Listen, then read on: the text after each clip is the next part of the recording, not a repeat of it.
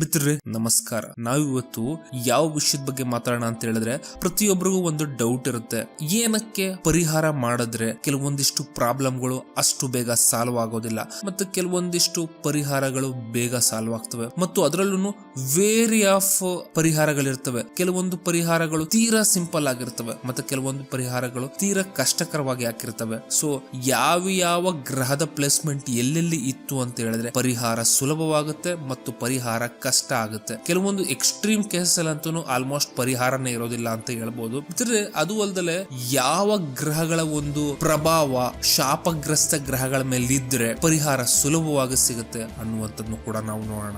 ಇದರಲ್ಲಿ ಮೊದಲನೇದಾಗಿ ಬರುವಂತದ್ದೇ ಯಾವುದಾದ್ರೂ ಒಂದು ಗ್ರಹ ಕೇಂದ್ರಗಳಲ್ಲಿ ಕುಳಿತುಕೊಂಡು ಶಾಪಗ್ರಸ್ತವಾಗಿದ್ವು ಅಂತ ಹೇಳಿದ್ರೆ, ಅಥವಾ ತ್ರಿಕೋಣಗಳಲ್ಲಿ ಕುಳಿತುಕೊಂಡು ಶಾಪಗ್ರಸ್ತವಾಗಿತ್ತು ಅಂತ ಹೇಳಿ, ಅದು ಅಲ್ಲದೆ ಆ ಒಂದು ಗ್ರಹದ ಮೇಲೆ ಕೇವಲ ಒಂದೇ ಒಂದು ಮ್ಯಾಲಿಫಿಕ್ ಆಸ್ಪೆಕ್ಟ್ ಅಂತ ಹೇಳಿದ್ರೆ ಪಾಪ ಗ್ರಹಗಳ ಒಂದು ದೃಷ್ಟಿ ಕೇಂದ್ರ ಅಥವಾ ತ್ರಿಕೋಣಗಳ ಗ್ರಹಗಳ ಮೇಲೆ ಬೀರ್ತಾ ಇತ್ತು ಅಂತ ಹೇಳಿದ್ರೆ, ಅಂತಹ ಗ್ರಹಗಳ ದಶೆ ಅಥವಾ ಅಂತರ್ದಶೆಯಲ್ಲಿ ನಿಮಗೆ ಪ್ರಾಬ್ಲಮ್ ಕ್ರಿಯೇಟ್ ಆಗುತ್ತೆ. ಬಟ್ ಆ ಪ್ರಾಬ್ಲಮ್ ನ ಡಿಗ್ರಿ ಎಷ್ಟು ಮಟ್ಟಿಗೆ ಇರುತ್ತೆ ಅಂತ ಹೇಳಿದ್ರೆ, ಜಸ್ಟ್ ಯಾವುದೇ ಒಂದು ದೇವರಿಗೆ ನೀವು ಅರ್ಕೆ ಕಟ್ಬಿಟ್ರು ಆ ಒಂದು ಪ್ರಾಬ್ಲಮ್ ಸಾಲ್ವ್ ಆಗೋಗುತ್ತೆ.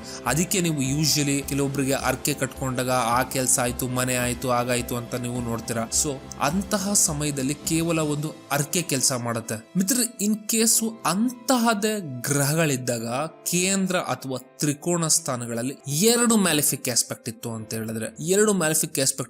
ಹೇಳಿದ್ರೆ, ಕೆಲವೊಬ್ರು ಹೇಳ್ತಾರೆ ಆ ದೇವಸ್ಥಾನಕ್ಕೆ ನಾನು ಪರ್ಟಿಕ್ಯುಲರ್ ಆಗಿ ಹೋದಾಗ್ಲಿಂದನೋ ಅಥವಾ ಈ ಗುರುಗಳ ಸೇವೆ ಮಾಡಕ್ಕೆ ಸ್ಟಾರ್ಟ್ ಮಾಡ್ದಾಗ್ಲಿಂದನೋ ನನ್ನ ಜೀವನದಲ್ಲಿ ಬದಲಾವಣೆ ಕಂಡಿದೆ ಅಂತ ಹೇಳಿ.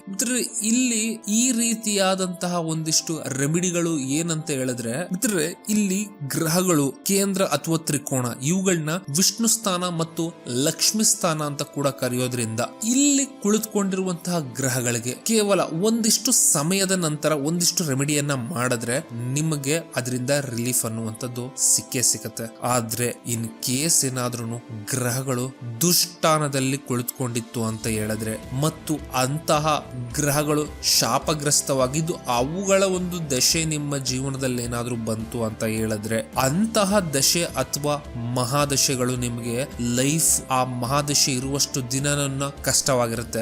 ಏನಕ್ಕೆ ಅಂತ ಹೇಳಿದ್ರೆ ಅಷ್ಟು ಸುಲಭವಾಗಿ ನಿಮಗೆ ರೆಮಿಡಿ ಬರೋದಿಲ್ಲ. ಯಾವುದೇ ಒಂದು ವ್ಯಕ್ತಿಯ ಪ್ರಾಬ್ಲಮ್ ಅನ್ನ ಸಿವಿಯಾರಿಟಿಯನ್ನ ನಮಗೆ ತೋರಿಸುವಂತದ್ದು ಯಾವುದು ಅಂತ ಹೇಳಿದ್ರೆ ದುಷ್ಟಾನಗಳಲ್ಲೂ ವೇರಿಯಿಂಗ್ ಇದೆ.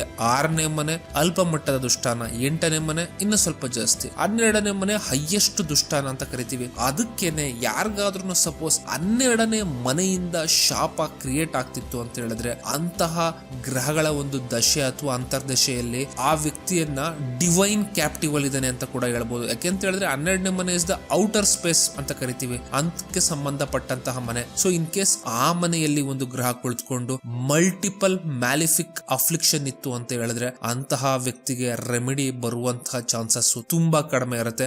ಎಷ್ಟೇ ರೆಮಿಡಿ ಏನೇ ಮಾಡಿದ್ರು ಅದು ಒಂದಿಷ್ಟು ವರ್ಷಗಳವರೆಗೂ ಕೂಡ ಆ ಪ್ರೊಸೆಸ್ ಕಂಟಿನ್ಯೂ ಆಗ್ತಾ ಹೋಗುತ್ತೆ. ಸೊ ನಿಮ್ಮ ಜಾತಕದಲ್ಲಿ ದುಷ್ಟಾನದಲ್ಲಿರುವಂತಹ ಒಂದು ಗ್ರಹ ಶಾಪಕ್ಕೆ ಒಳಗಾಗಿದ್ದು ಅವುಗಳ ದಶೆ ನಡೀತಾ ಇತ್ತು ಅಂತ ಹೇಳಿದ್ರೆ ನೀವು ರೆಮಿಡಿಯನ್ನ ವರ್ಷಾನ್ಗಟ್ಲೆ ಮುಂದುವರಿಸಿಕೊಂಡು ಹೋಗ್ಬೇಕಾಗುತ್ತೆ. ಉದಾಹರಣೆ, ಒಂದು ಮ್ಯಾಲಿಫಿಕ್ ಅಫ್ಲಿಕ್ಷನ್ ಇತ್ತು ಅಂತ ಹೇಳಿದ್ರೆ 1 ವರ್ಷ, 2 ಮ್ಯಾಲಿಫಿಕ್ ಅಫ್ಲಿಕ್ಷನ್ ಇತ್ತು ಅಂದ್ರೆ 2 ವರ್ಷ, 3 ಮತ್ತು ಅದಕ್ಕಿಂತ ಹೆಚ್ಚಿನದಾಗಿತ್ತು ಅಂದ್ರೆ ಅದಕ್ಕೆ ತಕ್ಕಂತೆ ನೀವು ರೆಮಿಡಿಗಳನ್ನ ಮಾಡ್ತಾನೆ ಹೋಗ್ಲೇಬೇಕಾಗುತ್ತೆ.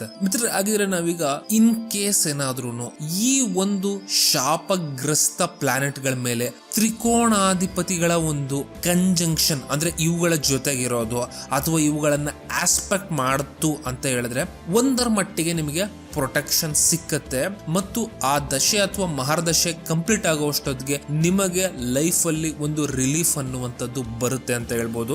ಯಾಕೆಂತ ಹೇಳಿದ್ರೆ ತ್ರಿಕೋಣಾಧಿಪತಿಗಳು ಇವನ್ ಲಗ್ನಾಧಿಪತಿನೂ ಕೂಡ ನಿಮ್ಮನ್ನ ತಕ್ಕ ಮಟ್ಟಿಗೆ ಪ್ರೊಟೆಕ್ಟ್ ಮಾಡೋದಕ್ಕೆ ಅಂತಾನೆ ಇರೋದ್ರಿಂದ ಸೊ ನಿಮಗೆ ಒಂದು ರೆಮಿಡಿ ಅನ್ನುವಂಥದ್ದು ಬರುತ್ತೆ. ಇನ್ನು ಎರಡನೇದಾಗಿ ಮತ್ತು ಮುಖ್ಯವಾಗಿ ನಾನು ಚೆಕ್ ಮಾಡುವಂಥದ್ದೇನು ಅಂತ ಹೇಳಿದ್ರೆ ಗುರುವಿನ ದೃಷ್ಟಿ.